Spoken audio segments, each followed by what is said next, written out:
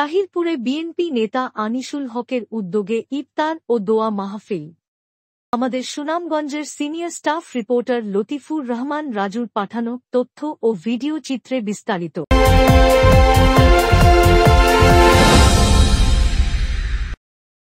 সুনামগঞ্জ জেলা কৃষক দলের আহ্বায়ক ও কেন্দ্রীয় কৃষক দলের সহ সাধারণ সম্পাদক এবং সুনামগঞ্জ ১ আসনের মনোনয়ন প্রত্যাশী আনিসুল হকের উদ্যোগে তাহিরপুরে বিএনপি চেয়ারপারসন বেগম খালেদা জিয়া ও ভারপ্রাপ্ত মহাসচিব তারেক রহমানের দোয়া কামনা করে এক বিশাল ইফতার মাহফিল ও দোয়ার আয়োজন করা হয়।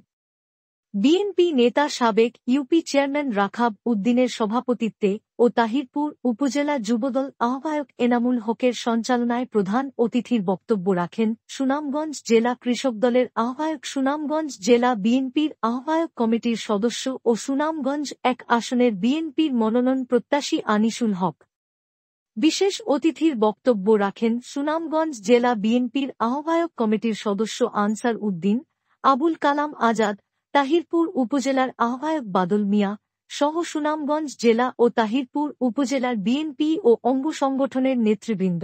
আনিসুল হক বলেন, সুনামগঞ্জ ১ আসন তাহিরপুর, ধর্মপাশা, মধ্যনগর ও জামালগঞ্জ ধানের শীষ এর ঘাঁটি। এই এলাকার মানুষজন বেগম খালেদা জিয়া ও তারেক রহমানকে ভালোবাসেন। যদি সুষ্ঠু ও নিরপেক্ষ নির্বাচন অনুষ্ঠান হয় তাহলে মানুষজন ধানের শীষ প্রতীকেই ভোট দিবে। আমি এই এলাকার সন্তান হিসেবে দিন রাত মানুষের জন্য কাজ করে যাচ্ছি, আশা করি দল আমাকে মূল্যায়ন করবে। আনুষ্ঠানিকভাবে বক্তব্য প্রদান করেছেন এই অঞ্চলে জনাব তারেক রহমান আমাদের তাহিরপুরে ২০০৪ সালে এসে বক্তব্য প্রদান করেছেন। এই মাঠে ২০০১ সালে বিশাল ব্যবধানে আওয়ামী লীগের প্রার্থীকে পরাজিত করে আমাদের প্রিয় নেতা জনাব নজির হোসেন বক্তব্য প্রদান করেছিলেন। আজকে সেই ঐতিহাসিক মাঠে আমরা সুযোগ পেয়েছি আপনাদের সামনে দুটি কথা বলার জন্য। সেই ইতিহাসের অংশ হিসাবে আমাদের উপজেলা তাহিরপুর উপজেলার সবচেয়ে বড় মাঠ, সবচেয়ে বড় সুন্দর আয়োজনে আপনাদেরকে সাথে নিয়ে আমাদের প্রিয় নেত্রী বেগম খালেদা জিয়ার জন্য দোয়া মাহফিল আমরা করতে চাই।